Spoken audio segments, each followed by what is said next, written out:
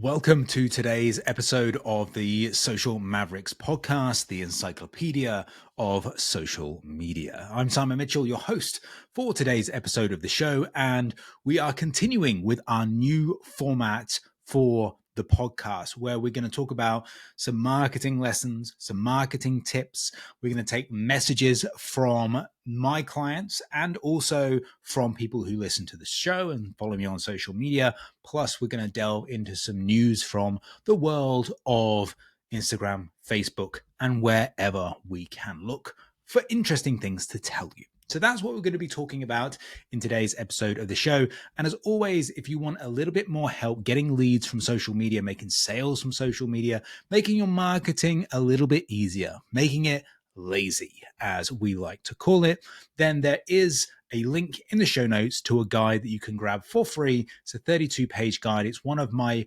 previous monthly newsletters, which people paid £99 for, and I'm giving it away for free if you opt in to my email list. And you can grab that just by clicking the notes in this episode of the podcast.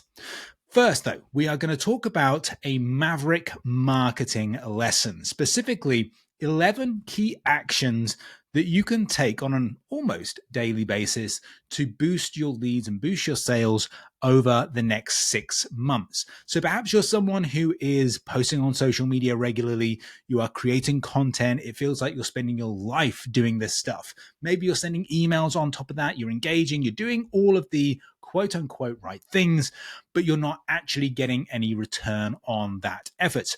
I want to help you navigate that problem by showing you the 11 key actions that I think most people should do. The first one of those might surprise you. It is to send a daily email. Yes, I said daily, and yes, I said email. Now, I know the social media gurus out there will tell you that email is dead, that no longer can you get sales from the humble email because nobody looks at their inbox, nobody reads emails, but this is false.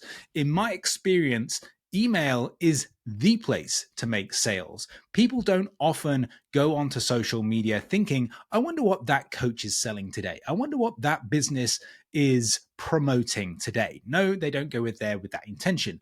You might argue they don't go with the intention to find out what they want to buy in their email inbox, but the behavior is slightly more leaning towards that.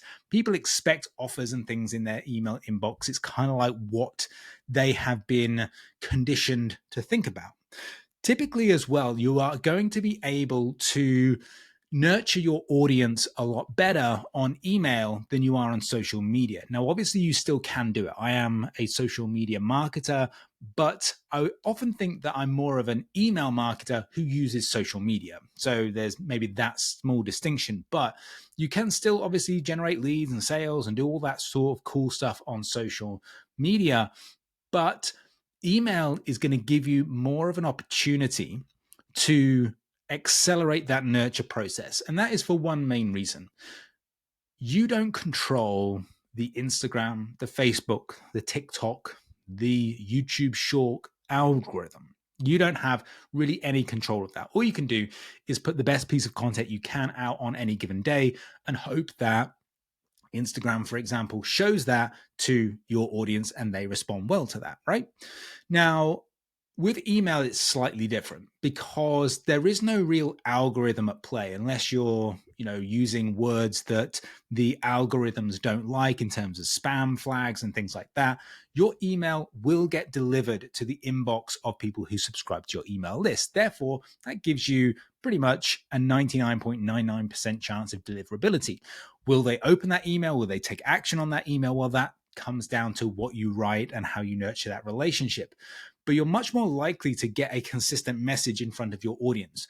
And if you think about email as not necessarily sending one email that's going to generate you a ton of sales, but more a process of chipping away at objections, building trust, building the idea that people know you and that they believe that you can get them a result, well, that's all going to work in your favor. So send a daily email. Now you might say, okay, well, I'm sending no emails right now, or maybe I'm sending a once a week newsletter, hashtag don't send a newsletter. You then might say, okay, well, let's just go to 2 emails a week, go to 3 emails a week, and then you can progress from there. If you find that really difficult to do, I would suggest you maybe dabble using something like Creator AI, which is my AI tool. And there is an email storyteller tool in there. Now, I'm not trying to do that to plug and make a bunch of sales and things like that. It's more to do with, it's a good way to kind of get your brain thinking about how to use stories in your email, because there's a specific structure that I use or have programmed into that AI, which is what I call my ball structure. So you start off by saying before. So before this particular event happened, then this is the scene, this is where we were, this is who was involved, and so on and so forth. You set the scene. Then you go to A, which is basically the action, like what actually happened in this story that's the main crux of what we're writing about. Then we have the link. So how do we link between this mundane, potentially mundane event in our daily life to something that is interesting and relevant to the people reading it? And that can be many different ways. It might be an emotion. It might be that you were in a coffee shop queue and you were getting frustrated with people not making decisions fast enough. And therefore you can link that to the frustration that your audience might feel with something that they're trying to do. So you often find that emotion, that link, and then you create that segue. That leads you then to the lesson. Now, not all stories need to have a lesson in them. There are different ways in which you can segue to sales pitches and incorporate story, but often it's easier to think of it on the lesson side of things. And so what can people take away from this story that would apply to them? That is like the value part of this email story that you're writing. And then the S is basically the sales pitch. So do what you want to do, promote whatever you want to promote. So send that daily email. That is going to give you a lot more ability and opportunity to nurture the relationship with your audience. Number 2 is you should post daily on at least one social media platform. The reason for that is quite obvious. And that is that the social media platforms, they reward consistency. So if you're consistently posting on the platform, then they are going to reward that to a certain degree. Obviously, the post has got to be good and people have got to be, engaging with it to some degree. But you want to have that consistency. Now, not only is it from an algorithm perspective, but it's also from your skills, because the more you're posting, the more you're finding out, okay, well, what actually works for my audience versus what works for somebody else's audience, or this advice that I've been given, or whatever it may be. You also get better at the content creation process. That is absolutely crucial. Number 3, I would recommend that you post at least one form of long form content at least once a week. So that might be an article, it might be a podcast, it might be some form of long form video that you put on YouTube, whatever. There is value in producing that long form content. So take this podcast, for example. We are 8 minutes and 15 seconds in to this podcast. And already I've given you way more information than I could ever give in an email. I could ever give in a reel that's 15 seconds long, a carousel, stories, whatever.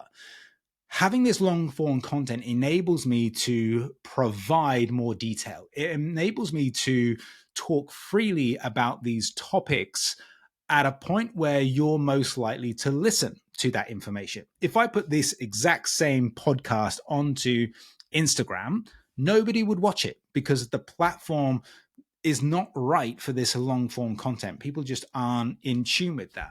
Whereas a podcast or something like that, people can listen to this on their commute, while they're working, while they're doing household chores, while they're at the gym, whatever. It enables me to have 30 minutes, 40 minutes with my audience talking to them about these particular issues and challenges and problems. Similarly, like an article, I could literally just turn this podcast, take the and therefore those people that wanted to read about this topic at length, then they have that particular opportunity to do so. And the key thing to remember is that people still Google stuff. Google and YouTube are probably, I haven't looked at the data, but I would imagine that they are still the most used search engines that we have at this present moment in time.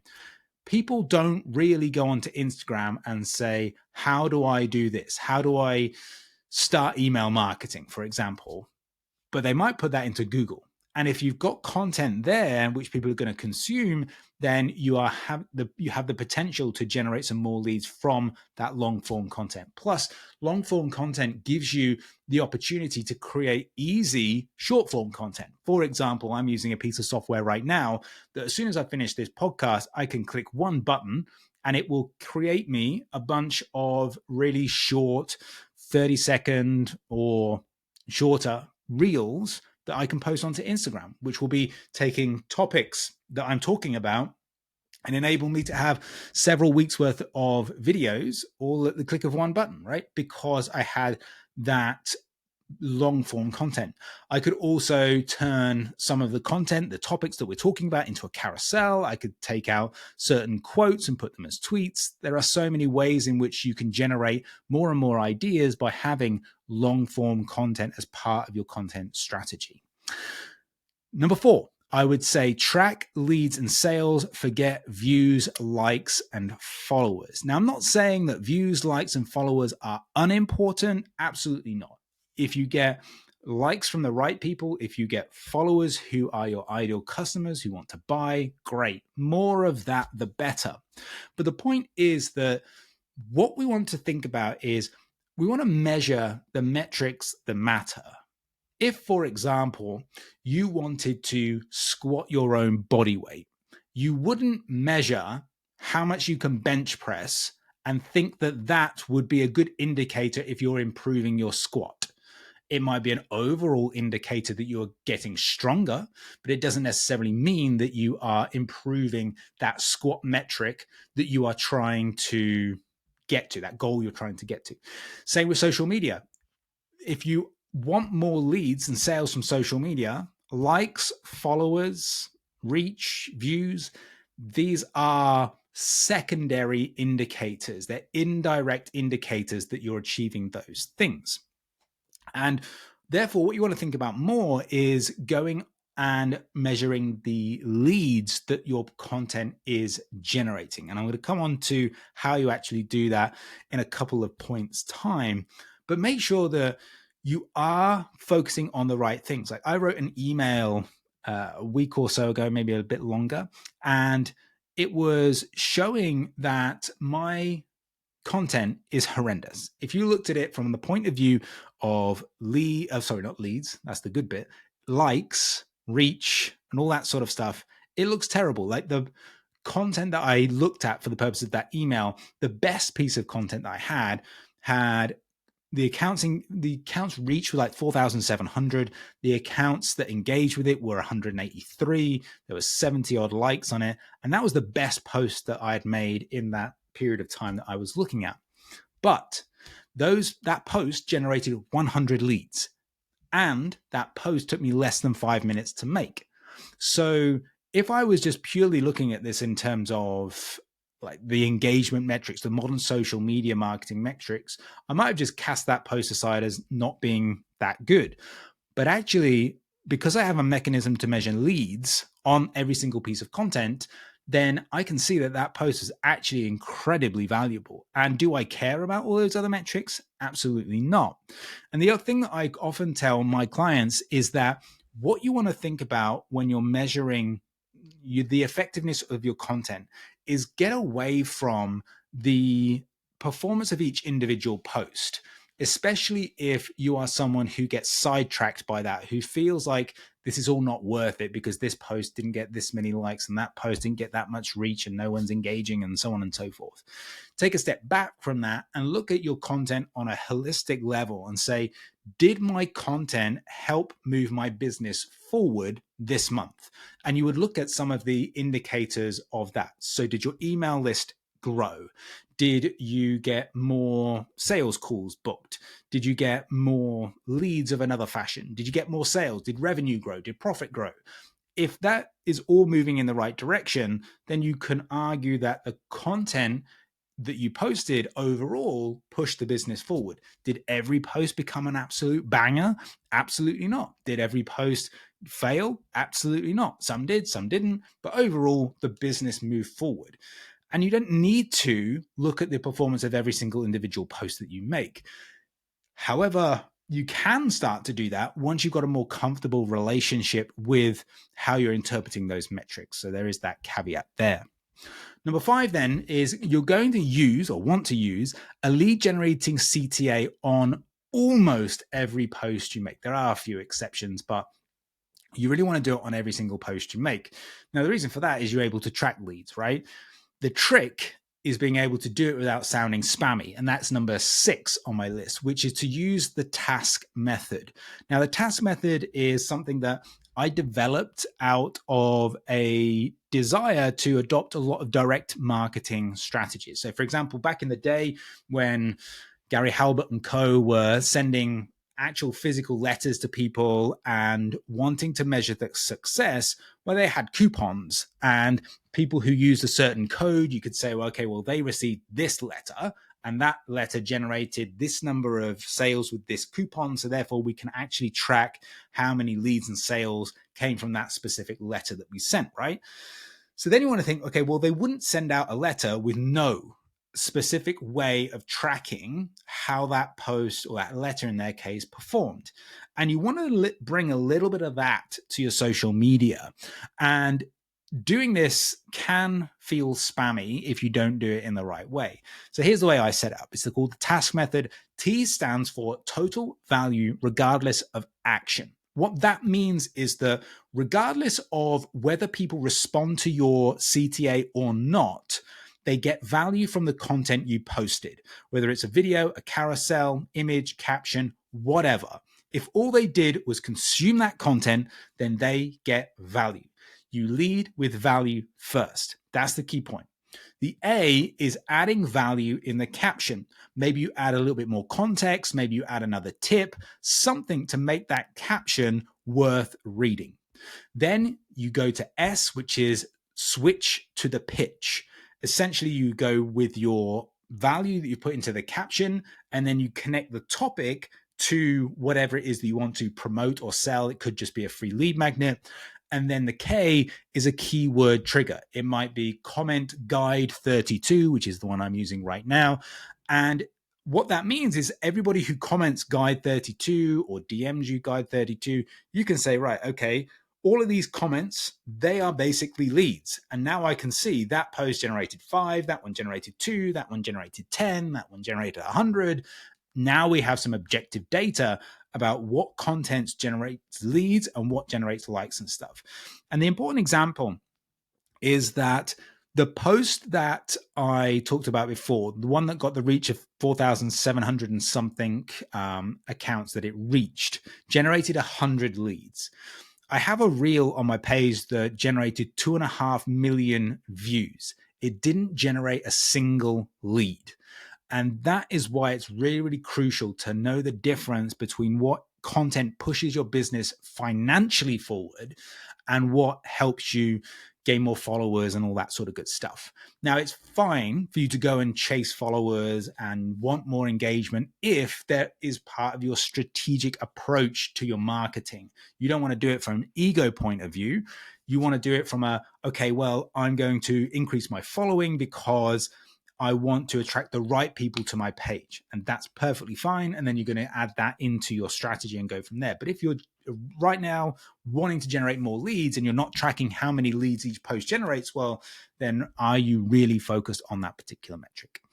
Number 7 in our list is don't send a single cold DM. Whatever you get told by one of these business tormentors, you do not need to send cold DMs. You don't like sending them because you feel a bit icky, a bit spammy, and no one likes reading them for the exact same reason. So don't send them. Or what's the point? Maybe you get the odd bite here or there, but it really isn't worth the hassle. There are much better things that you can do with your time, like send a daily email.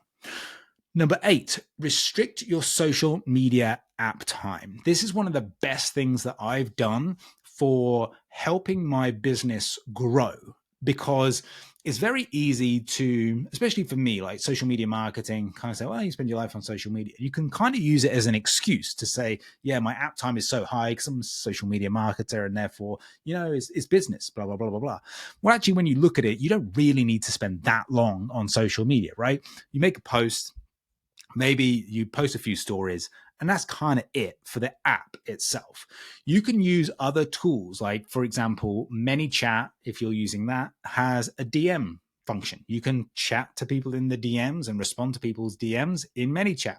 You can do the same in the Meta Business Suite. You can reply to comments. You can reply to DMs.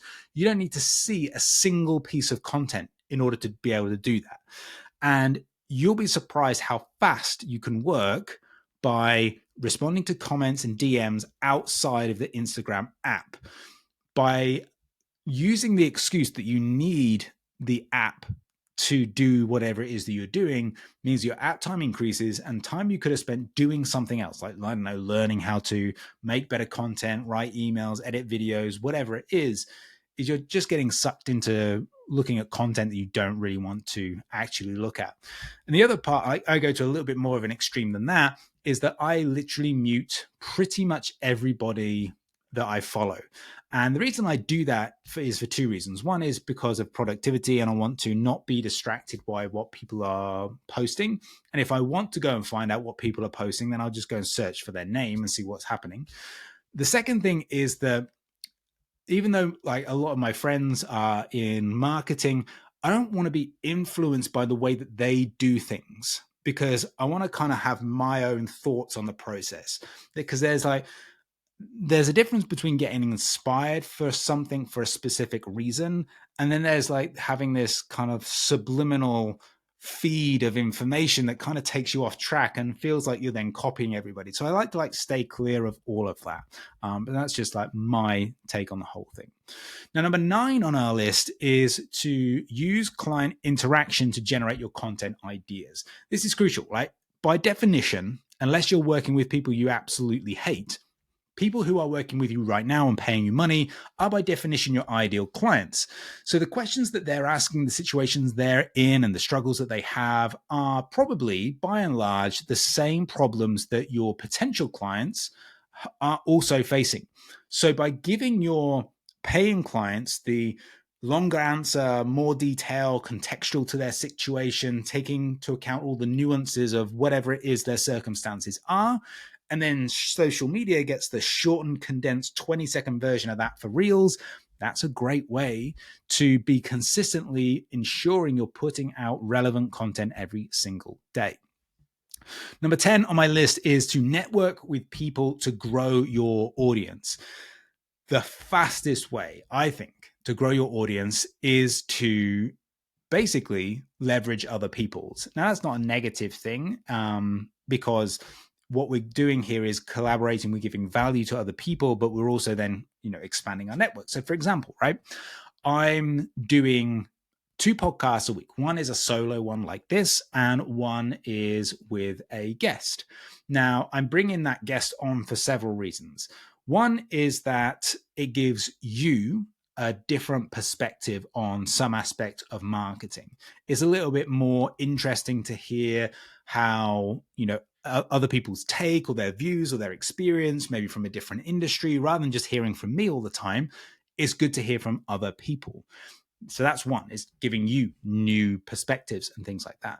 Number 2 is to give that person a platform to reach new people. Often these people are, people I know, they're friends of mine, and I feel like people should know more about them. And I use my platform, my podcast, to help them reach more people because I just think that's cool. And the third one is for me. So when people are on the show and then they go and promote the show, well, they're promoting it to people who potentially come and follow me, join my email list, buy products and stuff like that, listen to more podcasts, talk about the podcast, say how valuable it was, all of that sort of stuff. And I can do Instagram lives in a similar way. I can do collaboration posts, but essentially, if I was to jump on a podcast with someone who had 100,000 followers, 200,000 followers, if I can get 1,000 people listening to a podcast, if I can get 100 new people to my email list. That's a very, very worthwhile use of an hour of my time. So thinking about networking with other people who have your audience, offering them value, offering them some form of collaborative effort is often a great way to continue to grow your audience. And the final point, number 11 of this little section, is don't shit the bed when you don't make progress after 1 week. You need to be doing these actions consistently for 6 months to really kind of see some progress. You can't do a little bit of networking, throw out a post, do one podcast and expect the world to change. It's got to be consistent. And you're going to have to do it longer than 6 months as well. Like, for example, when I was podcasting way back when in 2017, before I, jumped into marketing and I was doing my online fitness stuff, then I didn't really know what I was doing with podcasting. It was something very, very new to me, but I kind of felt that doing one podcast a week or something like that would be beneficial in some way. I didn't quite know how. It probably took 2 years of doing that podcast to figure out, okay, this is how I should actually be doing this podcast, and this is how I can use it to generate leads. And then the whole thing skyrocketed, 85,000 downloads a month, pushing 1 million a year. It was all good, right? If I'd have given up after a week, you probably would have even been talking to me now. I'd got some sort of dead end job somewhere. Anyway, so that's the point, right? Is you need to do a little bit more stuff consistently. So that was our Maverick marketing lesson for this week. What I want to move on now is my tip of the week. Now, tip of the week is going to be taking a piece of content that I've posted and going into detail a little bit more about that particular topic. And whilst we're talking about podcasts, I'm going to delve into something around that. In the last week to 10 days, I've done, I think, 8 podcast interviews that are going to be spread out over the next 2 months or so. And I've got more guests coming on, so look forward to that every Thursday. But what it was interesting to me is these people have got either 5-figure businesses, or I should say high 5-figure businesses, because 5-figure could be 10 grand a year. So high 5-figure businesses, 6-figure businesses, multiple 6-figure businesses, 7-figure businesses, all in that sort of range. So their online business is at the bare minimum giving them a very comfortable life, and up and up and up from there. What was interesting to me was that there were several characteristics that each person spoke about. Each person didn't have a clue what the other person was saying when I was interviewing them, but obviously I could kind of make the connections. And there were 3 things that popped out. There are a few more, but I was going to keep this to 3, right? 3 characteristics that these successful entrepreneurs all shared that contributed to their success. The first one was the willingness to take risks, and also the necessity to take risks. Lots of these entrepreneurs are more of the people who will just take the leap and then figure stuff out once they make that leap and they figure out, okay, I'm landing in this situation. How do I figure this out? They don't wait for all of the circumstances to be aligned, the stars to align, everything to be perfect in order for them to make that move. They just take the risk and go for it. They back their own ability and their own drive to make good of whatever situation they find themselves in. For example, I'll give you an example from my particular situation. So back in 2018, I decided to make the leap from corporate life to running my online fitness business. So I was in a marketing job in a corporate environment, but I didn't want to do it anymore. I wanted to do something else. Now, I Am Paradise Fitness at that time was earning, I think, somewhere between £900 and £1,000 a month. That was it. Not very much at all, because it was, the quote unquote side hustle. But I didn't wait for the income to be matched. I would have been waiting forever for that income to be matched from what I had from a very, very nice corporate job to my side hustle. And so I had to make that leap. I had to give up an 80 grand a year job with the car, with the pension and all that sort of stuff, and just say, right, I back myself to do this. This is a major risk, but I back myself to do this. And I talked to lots of people on the podcast that had the similar trait. There was a situation where they just found themselves in a situation and they had to take a risk to move forward or to get out of that situation. And it's not about being reckless and just taking random risks, but it's making that calculated step and not shying away from making that leap. And so risk was one of the things that popped up. The other thing that popped up was an interesting one, which I kind of could have guessed that risk would have been there. But the one that I didn't expect was non-conformity. And this manifested itself in different ways on these podcast interviews. But often people had the thought of, their initial thought when they were thinking about different situations, whether it's content, whether it's developing offers or whatever, was they didn't want to copy other people. They didn't want to do what's been done before. They always wanted to do something different. That's what I kind of aspire to. So that's why you see things like lazy marketing as being my brand and things like that. Like, I don't see anybody doing that, especially on social media and things like that. People, in terms of content, when I talk to these people on interviews, it was about, I don't want to do this type of content that everybody else was doing. It was boring to me. It was kind of like, I wanted to do something different.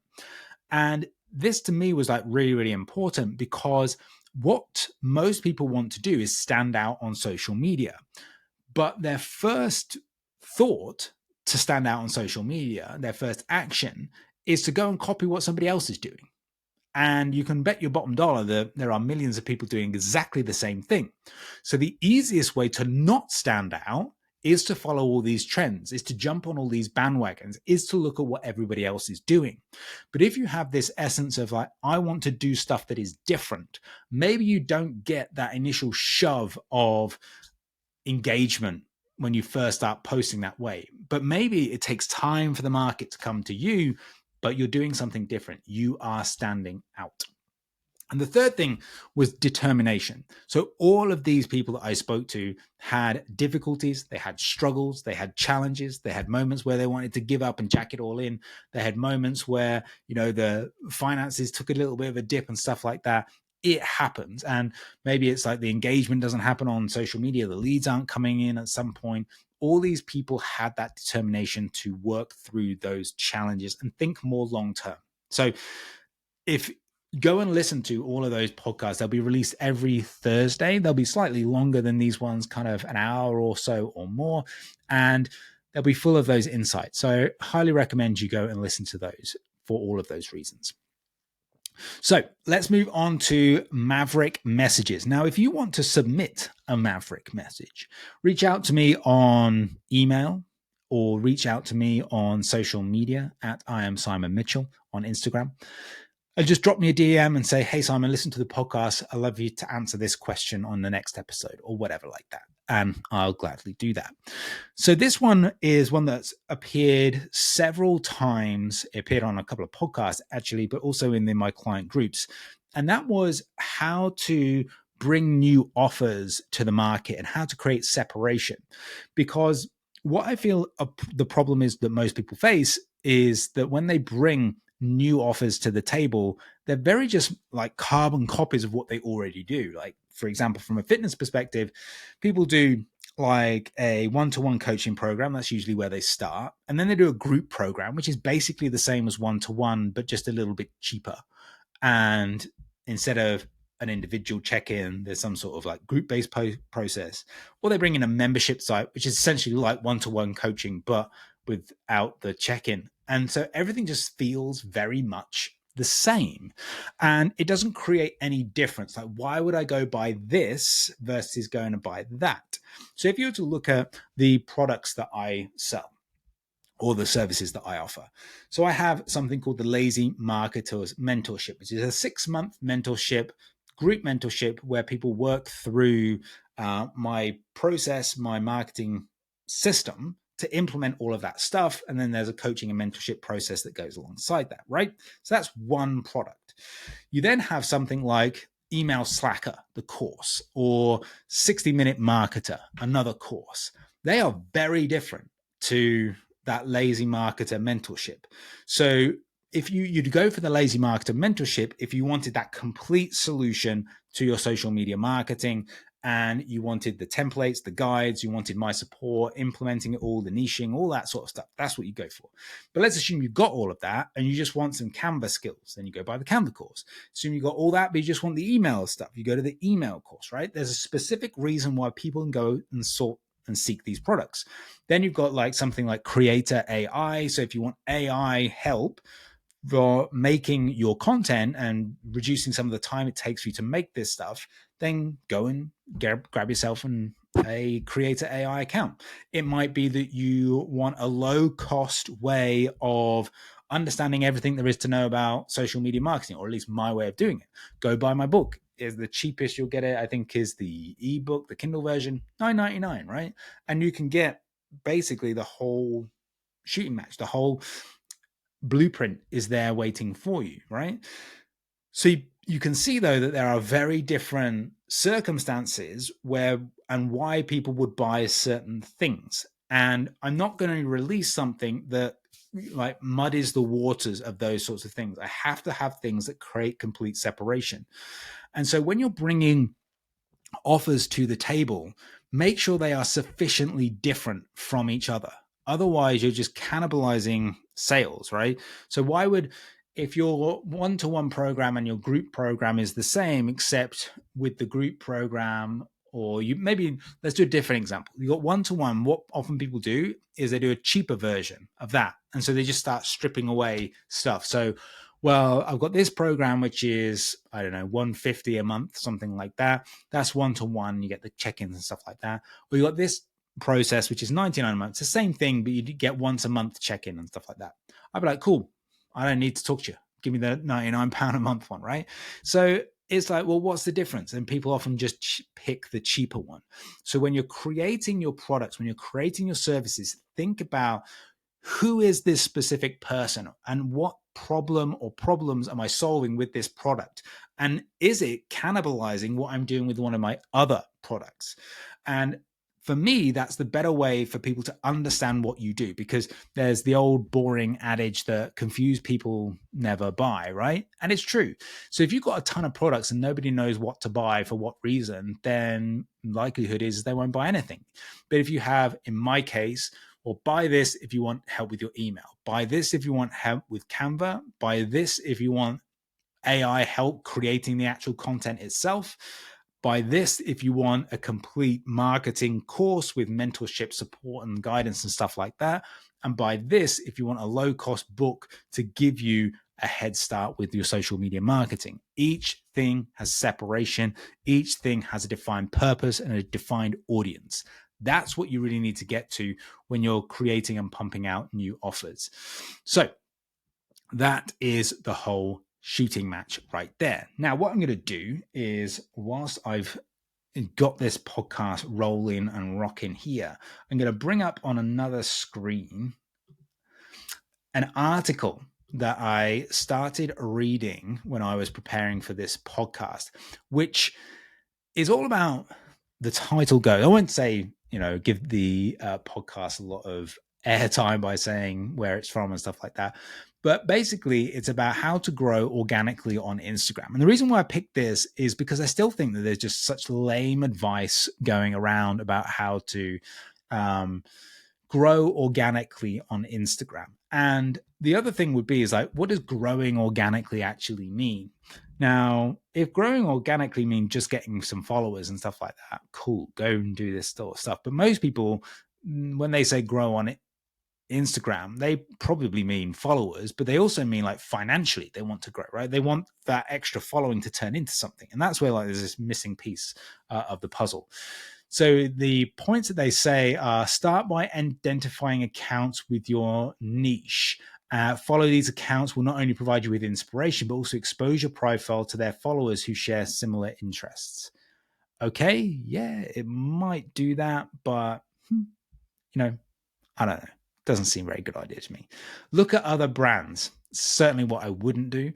I would look at other brands from a point of view of understanding like the market competition. Like, what does your competition do that you don't do?